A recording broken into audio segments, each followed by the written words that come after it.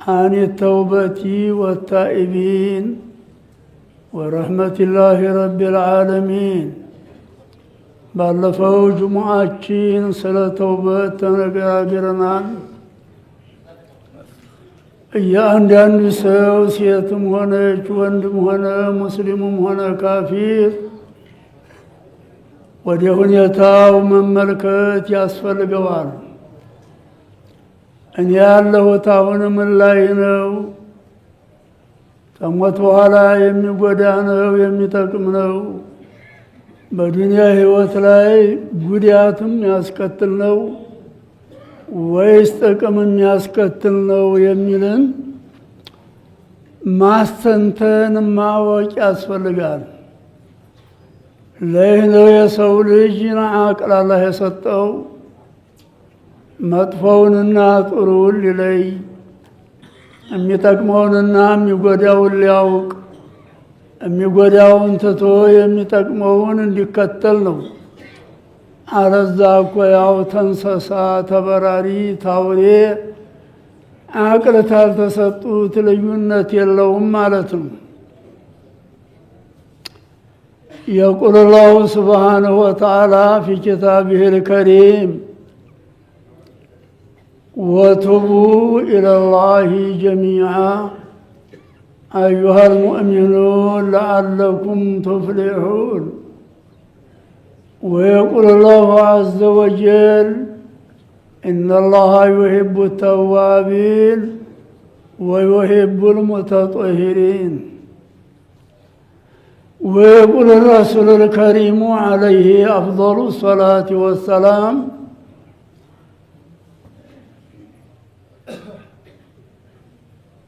لله أفرح بتوبة عبدي التائب من الذنب كمن لا ذنب له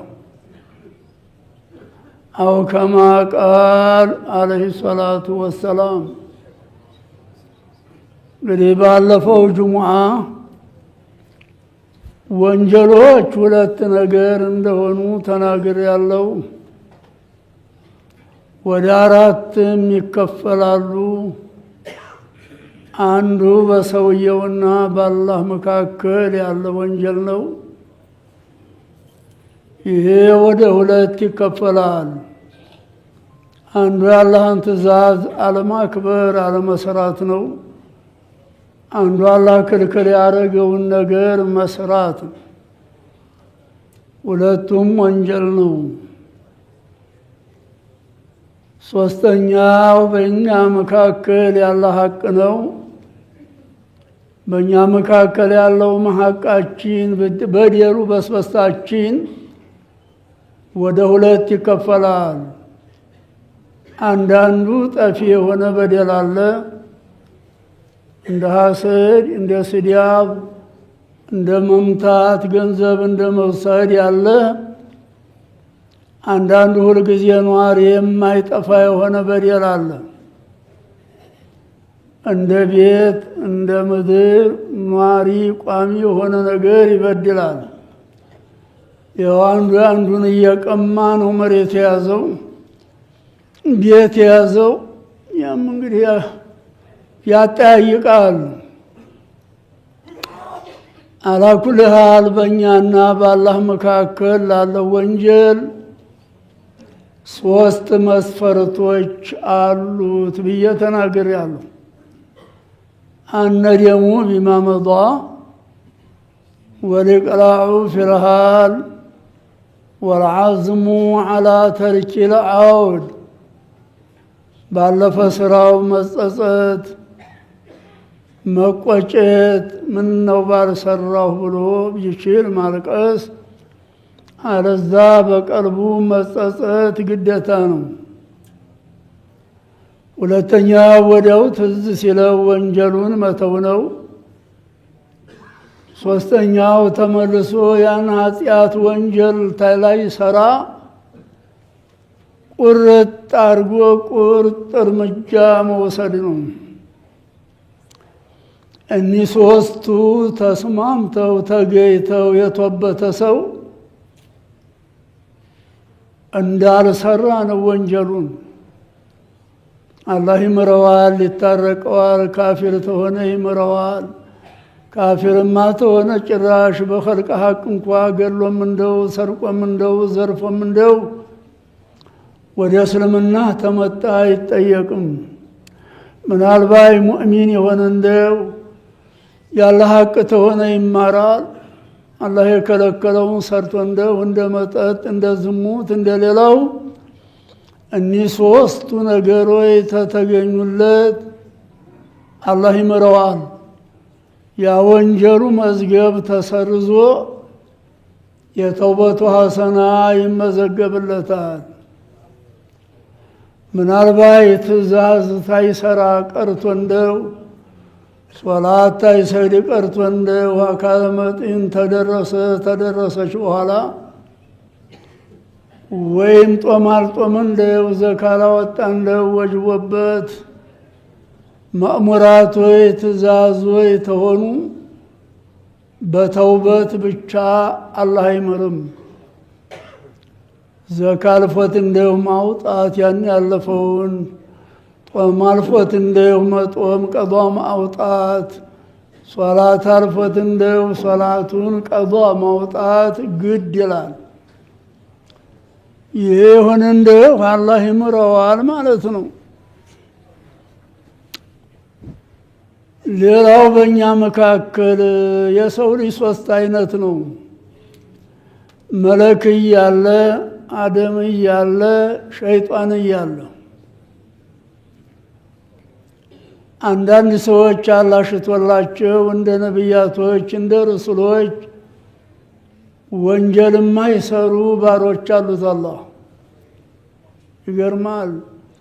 አይናቸው መጥፎ የማያይ፣ ጆሮአቸው ወንጀል የማይሰማ፣ አካላቸው መላሳቸው መጥፎ የማይናገር፣ እግራቸው እጃቸው ስነ ስርዓት አላህ የሰጠላቸው እንዳሉ ባሮች አሉ። እነዚህ ደረጃቸው እንደ መላኢካ ነው። መለክይ ተብለው ይጠራሉ ይላል። ሁለተኛዎቹ ወንጀል ይሰራሉ፣ ይጸጸታሉ፣ ይቶብታሉ፣ ይጨነቃሉ። ነቢዩላህ አደም ወንጅለው ተውበታቸውን አላህ እንደተቀበላቸው አላህ ወንጀላቸውን ይምራቸዋል። ሶስተኛዎቹ ሸይጣንይ ናቸው። ወለዒያዙ ቢላህ ወንጀል ሰርተው የሰሩ የማይመስላቸው፣ መጥፎ ተናግረው የተናገሩ የማይመስላቸው፣ የሰው ገንዘብ እየወሰዱ የወሰዱ የማይመስላቸው፣ ዝሙት ሰርተው ያጠፉ የማይመስላቸው እንዳሉ አካላቸው በሰው አካል ሆኖ ስራቸው የሸይጣን ስራ የሆኑ ሰዎች አሉ። እንዳሉ ሰዎች ሸይጣን ተብለው ሊጠሩ ይችላሉ ይላል። ስራው የሸይጣን ስራ የሆነ ሁላ ሸይጣን ተብሎ ሊጠራ ይችላል። ሌላው በእኛና እንግዲህ ሳምንት ያልተናገርኩት ይሄ ነው። በፍጡራንና በፍጡራን መካከል የሆነ ወንጀል በደል ነው። የሰው ገንዘብ ያጠፋል፣ ወይ ያማል፣ ወይ ይሳደባል፣ ወይ ይቀማል፣ ወይ ይሰርቃል፣ ወይ ይማታል፣ ወይ ይገላል፣ ወይ መሬት ይወስዳል፣ ቤት ይወስዳል። እንግዲህ እየወሰደ ይኸው ሰው ቤት ዝም ብለናል። የሰው መሬት እየወሰደ መድረሻትን እንዲሁ እንጠቀማለን። ይህም ወንጀል ነው፣ ራሱ በደል ነው፣ ዙልም ነው። እንዲህ ያለው ወንጀል አላህ አይምርም። ሰውየው ቢቶብት በተውበት ብቻ አይምረው። ያንን የሰው ሐቅ መመለስ አለበት፣ ወይ ማዓውፍ ማሰኘት አለበት። ምናልባት ሰውየው የማይገኝ የሆነ እንደው ዘመዶች ታሉት፣ ለዘመዶቹ መክፈል ግድ ይላል። ዘመዶች የሌሉት ከሆነ እሱ የማይገኝ የተሆነ ለሱ ነይቶ ሶደቃ ይሶድቅለት። ሰዋቡ ይደርሰዋል። ሰውየው በዛ ይላቀቃል። እዳ ኑሮበት ታይከፍል የሞተ እንደው፣ ሶላት ኑሮበት ታይሰግድ የሞተ እንደው፣ ዘካታ ያወጣ የሞተ እንደው፣ ጦም ታይጦም የሞተ እንደው ቋሚዎቹ በገንዘብ ሊያወጡለት ይችላሉ። አለዛ የኸልቅ ሀቅ ሌሊት ቀን ቢቶብስ ሰውየው ወደ አላህ ቢመለስ ቢቆላጭ ቢነዲም የኸልቅን ሀቅ አላህ አይምርም። ወለው ውሻና ድመት እንኳ ቢሆኑ ተተበደሉ ሰውየው ጀሃነም ይገባል። ነቢያችን ዓለይሂ ሰላቱ ወሰላም ቃል ደኸለት እምረአቱን ፊ ሂራ ሐበሰታ ወላሂ አጥዓመታ ወላሂ ሰቀታ ወላሂ ተረከታ ተእኩሉ ሚን ኹሻሽ አልአርድ ብለዋል ነቢያችን። በአንድ ድመት ምክንያት ሴትዮይቱ የጀሃነም ሆነች። በድመት ድመቲቱን አስራ አላበላቻት፣ አሰራበቻት፣ አላጠጣቻት፣ አስጠማቻት። ወይም ማሰሩን አልተወችው ተምድር እየከሰበች እንዲያበላ እንዳጠጣ። በእንዲህ ያለች ድመት እሳት ገባች ብለዋል ነቢያችን። ደኸለት እምረአቱን ናር። ውሻም ተተበደለ የእሳት ያረጋል። እንስሳዎችም ተተበደሉ የእሳት ያረጋሉ። ነቢያችን ዓለይሂ አፍዶሉ ሰላት ወሰላም አንድ ቀን በመንገድ ሲመጡ ሶሃቦች ጋር አንድ ግመል ጮኸባቸው። ነቢያችን የሁሉንም ቋንቋ ያውቃሉ። ባልተቤቴ ስራ ያበዛብኛል፣ ይጭነኛል፣ ይጋልበኛል፣ ያስርበኛል፣ ያ ረሱላላህ ተሸገርኩኝ አላቸው። ባልተቤቱን ጥሩልኝ አሉ ነቢያችን። ስራውንም አቃልለት፣ ቀለቡንም አሟላለት ብለው አዘውታል። አውሬ እንስሳ እንኳ ቢሆን ድመት ውሻ ቢሆን መበደል ጀሃነም ያስገባል። ወይንም ድመትና ውሻን አለማሳደግ ነው። ምናልባች ይህን ያላደረገ እንደው ሰውየው ሰው በድሎ የሰው ገንዘብ አጥፍቶ ሳያስመልስ ወይንም አውፍታ ያሰኘ ቀረ እንደው የቂያም ቀን ኸይር ስራውን ይከፍላል። ያልሞላለት እንደው የተበደለውን ሰው ወንጀል ተሸክሞ ጀሃነም ይሄዳል። ያ በሰው ሐሰና ጀነት ይገባል። ተመበደል መበደል ይሻላል። ቃለ ረሱሉላህ ሰለላሁ ዐለይሂ ወሰለም ሀል ተድሩነ መን ሚስኪኑ ሚን ኡመቲ አልፈቂር፣ ተኔ ኡመት ወይ ዲሃ ማለት እንዴት ያለ ሰው እንደሆነ ታውቃላችሁ ወይ ብለዋል። ታላቁ ነቢይ ውሳኔያቸው ቂያም ቀን ድረስ ቋሚ ኗሪ የሆኑት ነቢይ እኛ ዲሃ የምናውቀው ያ ረሱላላህ አሏቸው። መላ ድርሃመ ለሁ ወላ ዲናር፣ ብር ወርቅ የሌለው፣ ጥሩ ቤት የሌለው፣ ጥሩ ጸጋ የሌለው፣ ቢመጣ ሰው የማይነሳለት፣ ቢሸመግል የማይሰማ፣ ሚስት ቢለምን የማይሰጥ እንደዚህ ያለ ሰው ነው ዲሃ የምንለው አሏቸው። ፈቃለ ዓለይሂ ሰላቱ ወሰላም ላ አልሚስኪኑ ሚን ኡመቲ፣ ተኔ ኡመቶች ዲሃ ማለት ይህ አይደለም፣ ይህማ በሞት ያልፋል።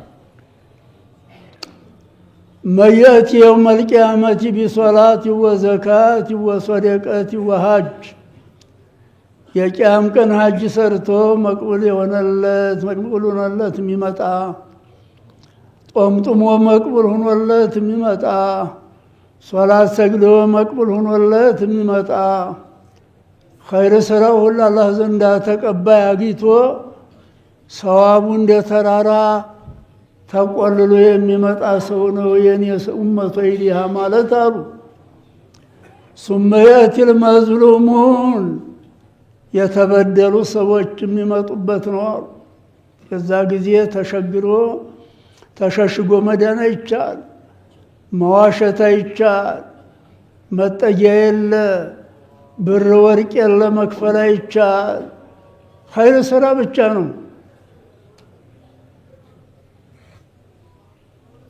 የቁሎ አሐዱሁም ቀድ ሸተመኒ ሃዛ ኹዝ ያ ረቢ፣ የሰው ዱንያ ላይ ሰድቦኛል ያዝልኝ፣ እዛ ሐቄን አልተበቀልኩም ይላል። ወየቁሉ አልአኸሩ ቀድ ዶረበኒ ኹዝ ያ ረብ፣ መቶኛል ያዝልኝ ይላል። ወየቁሉ አልአኸሩ ቀድ አከለ ማሊ፣ ገንዘቤን ወስዶብኛልና አስከፍለኝ ያዝልኝ ይላል። ከዛ ተኸይር ስራው ፈይወዕጣ ለሃዛ ወለሃዛ ወለሃዛ፣ ከዛ ተኸይር ስራው የበደሉን ቀድር የዙልሙን ቀድር አላህ ያውቀዋል። ለይህም ይሰጣል፣ ለይህም ይሰጣል፣ ለይህም ይሰጣል። ምናልባት ዕዳው ተከፍሎ ያለቀለት እንደው ሰውየው ዜሮ ሆነ የጀነት ደረጃ ይቀርበታል እንጂ ጀሃነም አይሄድም። ፈኢን ፈኒየት ሐሰናቱ ቀብለ አን ዩቅዷ ማ ዐለይህ፣ ያለበት ዕዳ ከመከፈሉ በፊት ኸይር ስራው ያለቀ እንደሆን ፈዩኸዙ ሚን ሰይአት ልመዝሉሚን፣ ተተበደሉ ሰዎች ወንጀል ይነሳና ثم تطرح عليه በበዳው ላይ ይጣላል።